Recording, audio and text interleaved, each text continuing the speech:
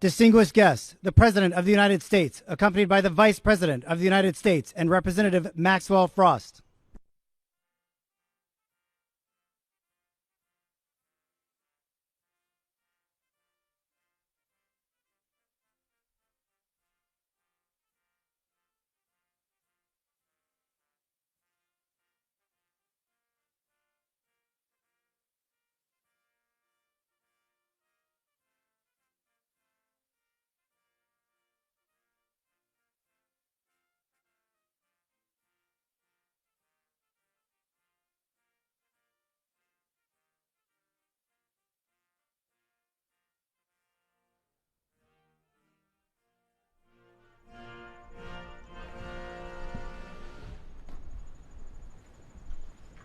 Good afternoon, everyone. Please be seated. Good afternoon.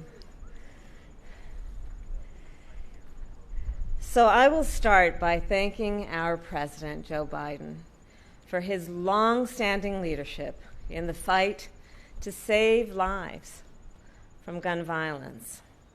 I also want to thank my husband, the second gentleman of the United States, and the extraordinary members of our administration, the members of Congress, survivors, advocates, and our incredible young leaders who raise their voice and demand change. So we are all gathered here today for a simple reason.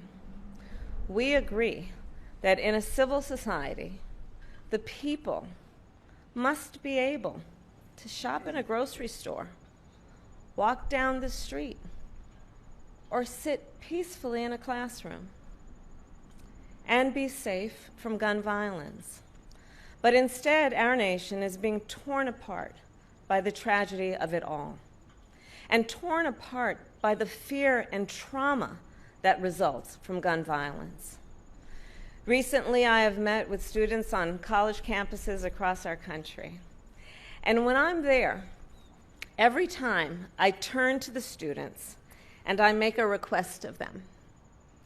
And what I ask is, please raise your hand if you have had an active shooter drill while you were in elementary or middle school. Every time, a sea of hands goes up. Because in today's world, on the first day of school, students, yes, learn the name of their teacher. Yes, they learn the location of their cubby. And they learn how to quietly hide from an active shooter. In fact, when having this conversation, a student once told me, "I don't like going to fifth period." "Why, honey?" I asked. "Because in fifth period, there's no closet." In our country today, 1 in 5 people has lost a family member to gun violence. Across our nation, every day, about 120 Americans are killed by a gun. And while this violence impacts all communities, it does not do so equally. Black Americans are 10 times more likely to be victims of gun violence and homicide. Latino Americans, twice as likely. And as a former courtroom prosecutor, I will tell you I have personally prosecuted homicide cases. I have seen with my own eyes what a bullet does to the human body. We cannot normalize any of this. These are not simply statistics. These are our children, our brothers and sisters, our mothers and fathers. As a former district attorney, attorney general, and U.S. senator, and now as vice president of the United States, I have grieved with parents who have lost a child. I have comforted children who have been traumatized by losing a parent or a sibling. We owe it to them and to those living in fear to act without delay. And on this issue, we do not have a moment to spare, nor a life to spare. And here's the thing. Solutions do exist. It's a false choice to suggest you either have to choose between supporting the Second Amendment or passing reasonable gun safety laws. That's a false choice. President Biden and I believe in the Second Amendment, but we also know common sense solutions are at hand. So I'll close with just a couple points. First, President Biden and I continue to be deeply inspired by the students who are leading this movement. So many of whom are here. And second, in so many ways, we are then propelled by their work, by your work. And being propelled by what you are doing, we are expanding our work. With this new office, we will use the full power of the federal government to strengthen the coalition of survivors and advocates and students and teachers and elected leaders to save lives and fight for the right of all people to be safe from fear and to be able to live a life where they understand that they are supported in that desire and that right. And with that, I will now introduce a national leader on this issue. He was only 15 years old when he joined this movement. He is an organizer, he is an advocate, he is a coalition builder, and he is the first Gen Z member of the United States Congress. Representative Maxwell Ross. There you are, like this. Go.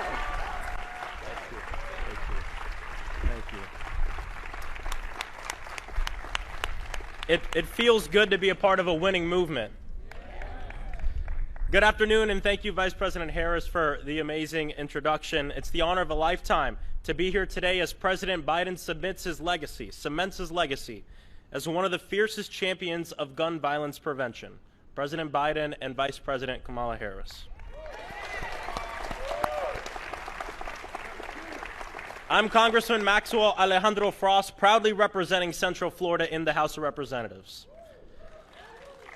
As the youngest member of the United States Congress and first member of Gen Z, I'm often asked what got me involved in this work, and the answer is quite simple. I didn't want to get shot in school. I was 15 years old when a shooter walked into Sandy Hook Elementary School and murdered 20 children and 6 teachers. And like millions of kids, I went to school the next day with anxiety and fear that my life would be taken, my friends' lives would be taken, and my family's lives would be taken by senseless gun violence. Right before I was elected to Congress, I served as the National Organizing Director for March for Our Lives, a movement that inspired young people across the nation to demand safe communities. And we came together. Everytown, Brady, Newtown Action Alliance, Gifford, Sandy Hook Promise, Moms Demand Action, Change the Ref, the Community Justice Action Fund, and so many on-the-ground organizations that have been doing this work for decades. It's because of that steadfast, passionate organizing that we are a winning movement.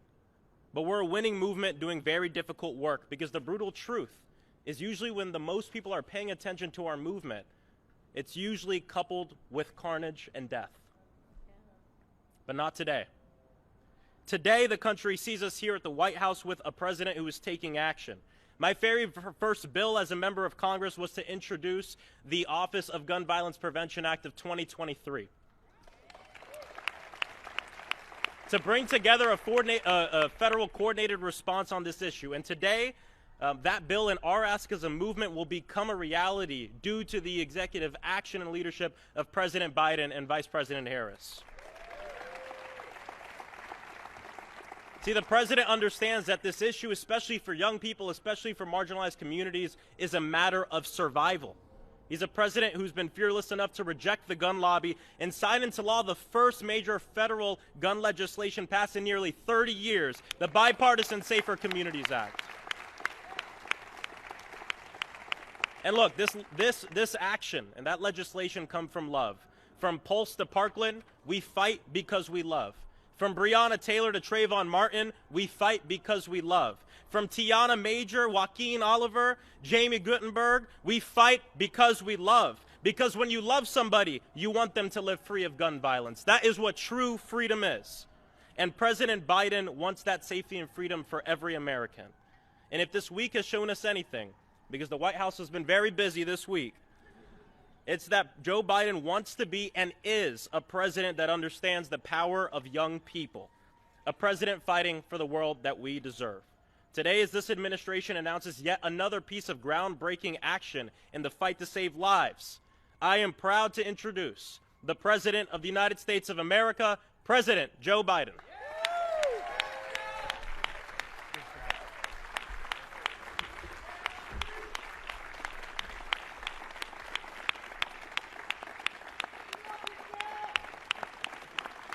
Thank you. Thank you, thank you, thank you. Thank you, thank you, thank you. Everyone should see it except Mom and Dad. Mom and Dad, stand up. I want everybody to see the parents of this proud young new congressman.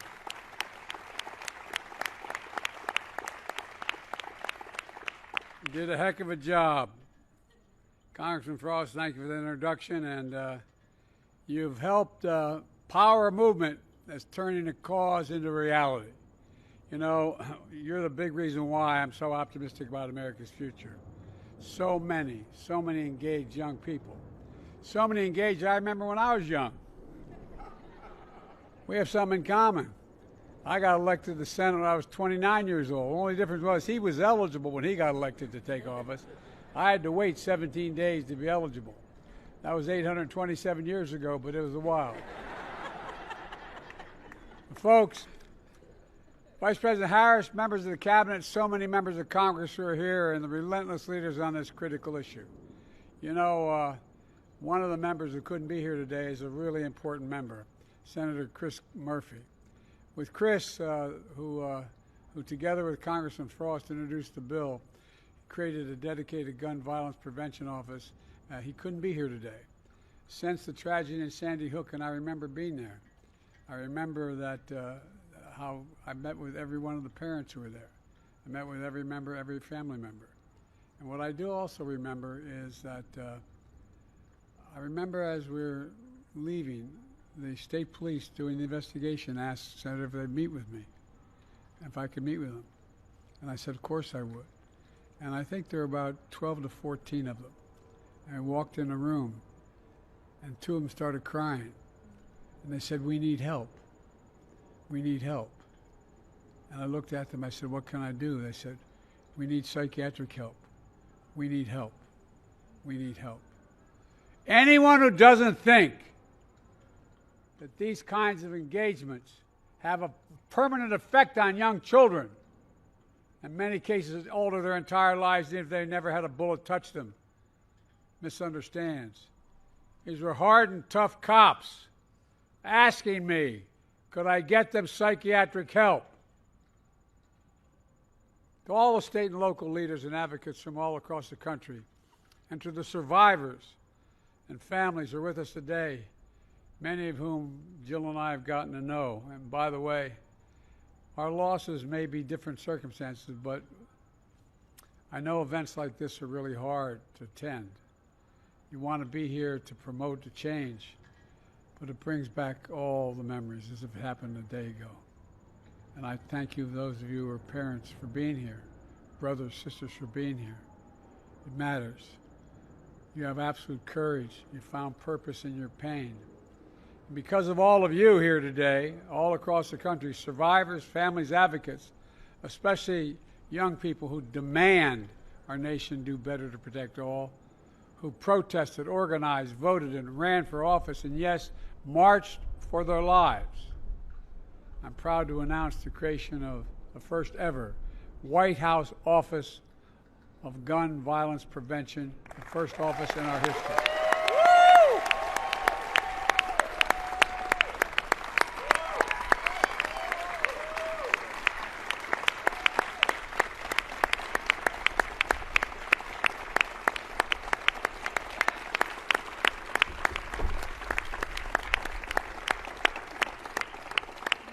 created by executive order, I determined to send a clear message about how important this issue is to me and to the country. It matters, and here's why. After every mass shooting, we hear a simple message, the same message heard all over the country, and I've been to every mass shooting. Do something. Please do something. Do something to prevent the tragedies that leave behind survivors who will always carry the physical and emotional scars. Families will never quite be the same. Communities overwhelmed by grief and trauma. Do something. Do something. Well, my administration has been working relentlessly to do something. To date, my administration has announced dozens of executive actions to reduce gun violence, more than any of my predecessors at this point in their presidencies, and they include everything from cracking down on ghost guns, breaking up gun trafficking, and so much more. And last year, with your help, I signed into law the Bipartisan Safer Communities Act, the most significant gun safety law in almost 30 years. It strengthens background checks, expands the use of red flag laws, improves access to mental health services, and so much more. This historic law will save lives. It's a really important first step. And by the way, I was the guy, along with a woman in California, who we once banned assault weapons and multiple magazines. We're going to do it again. We're going to do it again. Call to action, a reason to hope, because for so long the conventional wisdom was we'd never get any Republicans to support gun safety legislation. But we did. For the first time in 3 decades, we came together to overcome the relentless opposition from the gun lobby, gun manufacturers, and so many politicians opposing common sense gun legislation. And we beat them.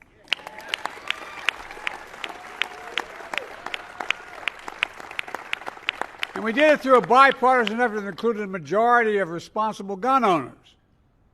We're not stopping here. Again, I'll say it again. I'm not going to be quiet until we get it done.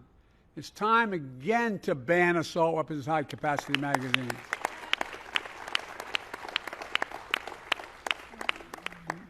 If you need 80 shots in a magazine, you shouldn't own a gun. Because, look, last time we did it, it worked. We also, last time, we established universal background checks to require safe storage of firearms. It's time. It's time. Look, while we push for Congress to do more, we're going to centralize, accelerate, and intensify our work to save more lives more quickly. That's why this new White House Office of Gun Violence Prevention is what it's designed to do. It will drive and coordinate a government and a nationwide effort to reduce gun violence in America, and it will be overseen by an incredible vice president who understands this more than any vice president has. No, really. That's not hyperbole. That's a fact. She's been on the front lines of this her entire career as a prosecutor, as an attorney general, and as a United States senator. Her deep experience will be invaluable for this office. And Steph, where's Steph Feldman? Steph, I want you to stand up, please. Steph Feldman has been working on this issue with me since Sandy Hook in 2012. Now, she was 13 years old when she joined me, but since 2012 will serve as director of the office. The office will have 4 primary responsibilities. First, to expedite the implementation of the Bipartisan Safer Communities Act and the executive actions already announced. And I mean it. We're going to fully implement them. Second, coordinate more support for survivors, families, and communities affected by gun violence, including mental health care, financial assistance, the same way FEMA responds to natural disasters. Same way. And helps folks recover and rebuild and alter.